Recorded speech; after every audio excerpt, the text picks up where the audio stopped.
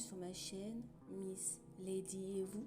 J'espère que vous allez bien. Sur cette chaîne, nous parlerons de féminité, de motivation, succès, mindset et de lifestyle. Installez-vous confortablement et profitez de ce moment pour entrer dans votre féminité sacrée.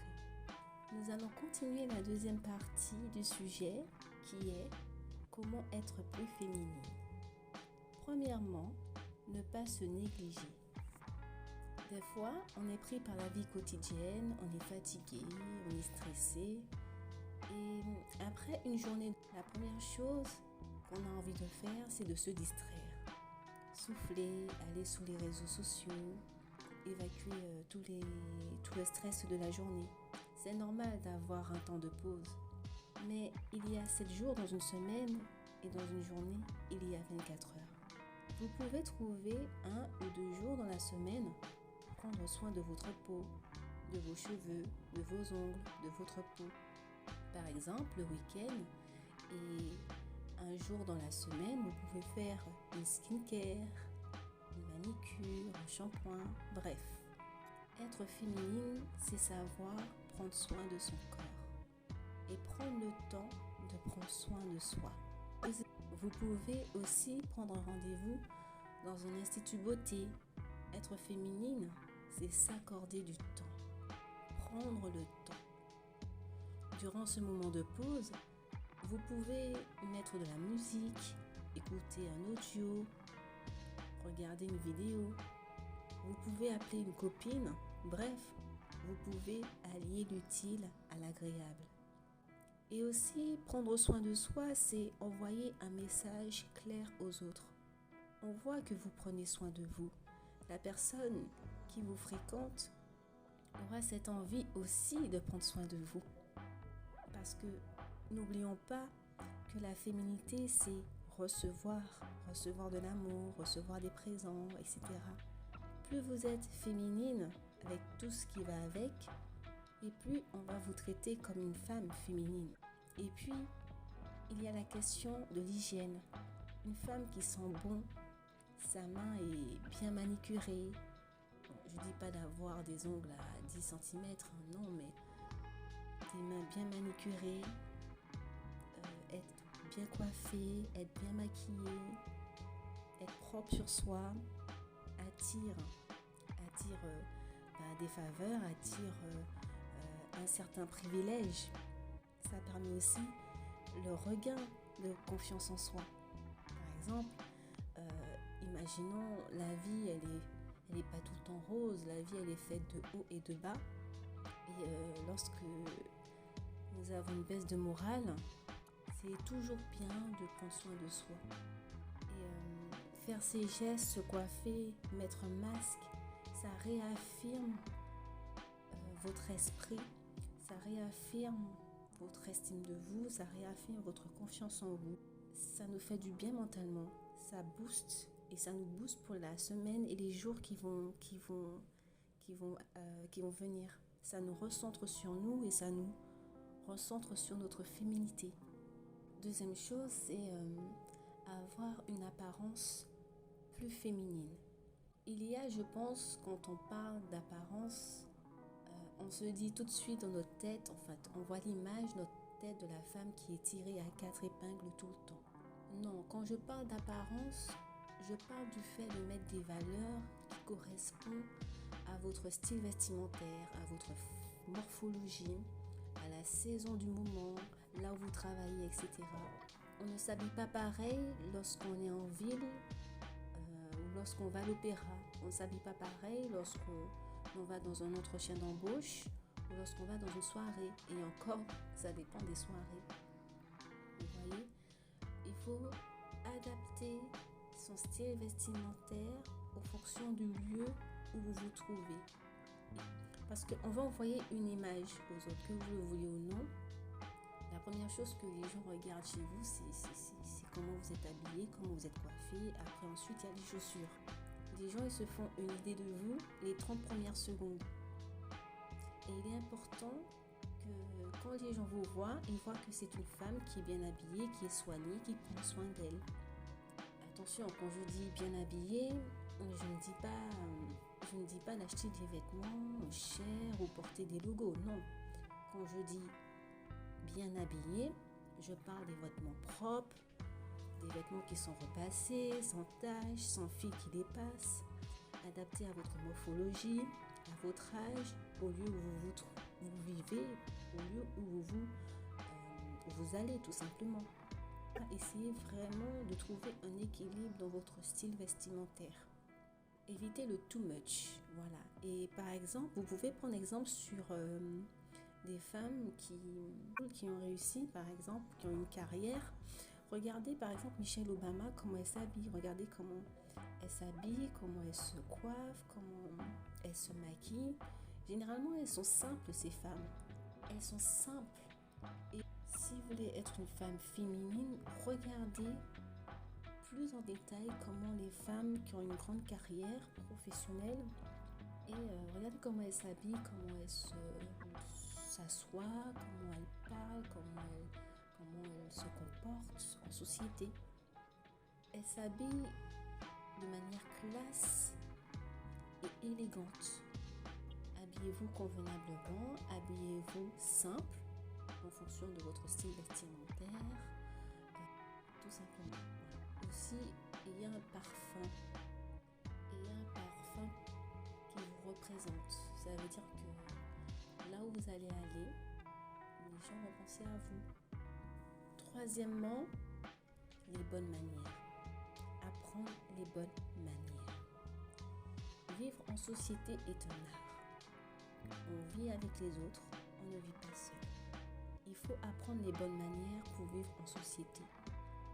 Il faut apprendre à manger lorsque vous recevez ou lorsque vous êtes reçu ou quand vous allez dans un dating.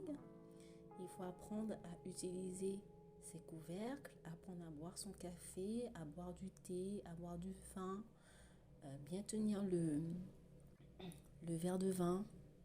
Avoir de bonnes manières feront de vous une femme distinguée et raffinée. Parlez doucement, sensuellement. Évitez de hausser la voix pour vous faire entendre. Vous pouvez passer un message de manière douce et stricte. Il y a aussi la façon de se mouvoir, la manière de s'asseoir, de saluer, être élégante, posée, calme, douce, avoir une bonne posture.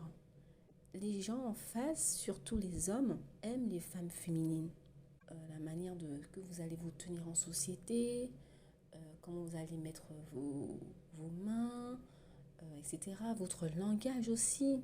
Apprendre à parler convenablement sans être grossière, c'est vraiment important.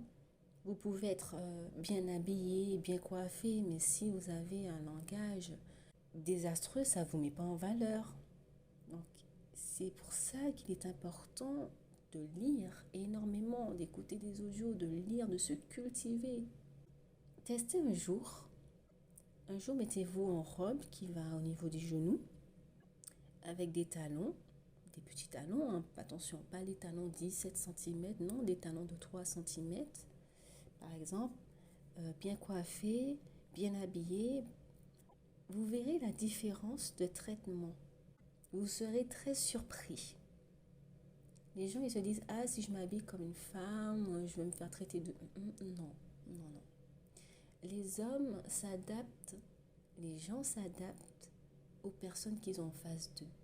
Si vous êtes une femme féminine, bien habillée, bien apprêtée, avec de bonnes manières et un bon langage, croyez-moi, on va vous traiter comme telle. Et même vous allez filtrer les gens qui viendront...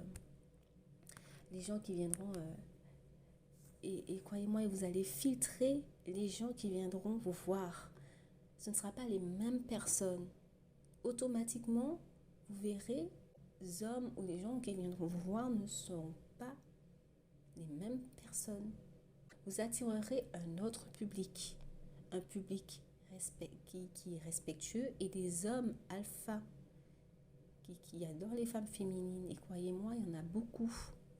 Quatrièmement, développer sa créativité. Alors, seul ou accompagné, vous pouvez faire des sorties à l'opéra, au théâtre, des concerts, des défilés de mode, une fois ou 2 fois dans la semaine, c'est à la portée de toutes et de tous.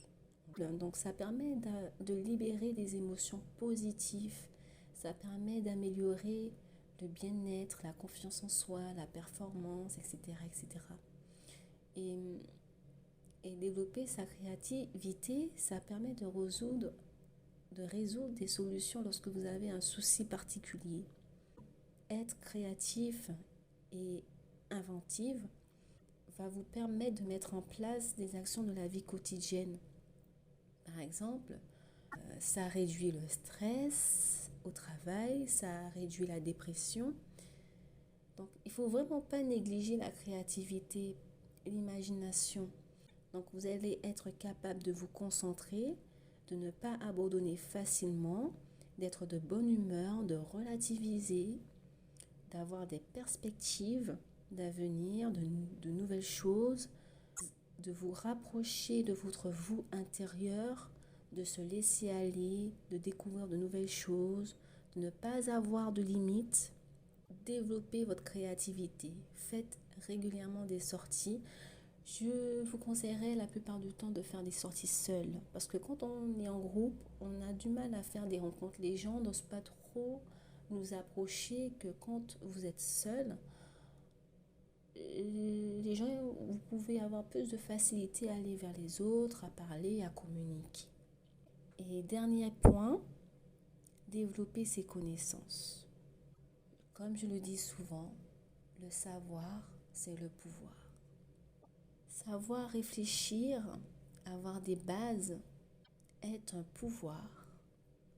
Si et seulement si on sait bien l'utiliser de manière constructive. Parce que l'important, c'est d'être féminine, oui, mais aussi de ne pas être une coquille vide. Donc, avoir des connaissances, pas besoin de pousser, mais avoir des connaissances un peu sur tout, fait de vous une femme capable, une femme fatale, une femme capable de prendre des décisions, de réfléchir, de tenir une conversation avec autrui. Avoir des connaissances sur plusieurs sujets vous protège contre les mauvaises personnes et ça permet aussi d'avoir un esprit critique. Cela vous permet de peser le pour et le contre de chaque action, car chaque action a des conséquences. Cela évite de vous faire manipuler. Connaître suffisamment de choses pour être capable de juger avec de la distance. Donc, il faut savoir que souvent ceux qui ne savent pas sont à la merci de ceux qui savent et je ne veux pas qu'en tant que femme, vous soyez à la merci de tout et n'importe qui. Donc, on acquit le savoir par les livres, en lisant des livres régulièrement, des audios, des encyclopédies, etc., etc. Et il y a aussi le savoir acquis à travers les expériences. Combiner le savoir acquis à travers des bouquins et les savoirs acquis par l'expérience feront de vous des femmes instruites et non influençables. Voilà mes roses, c'est tout pour aujourd'hui. J'espère que vous avez aimé cette vidéo. On se retrouve bientôt pour un prochain podcast. N'hésitez pas à liker, à vous abonner et à laisser un commentaire. Je vous dis à bientôt et prenez soin de vous. Au revoir.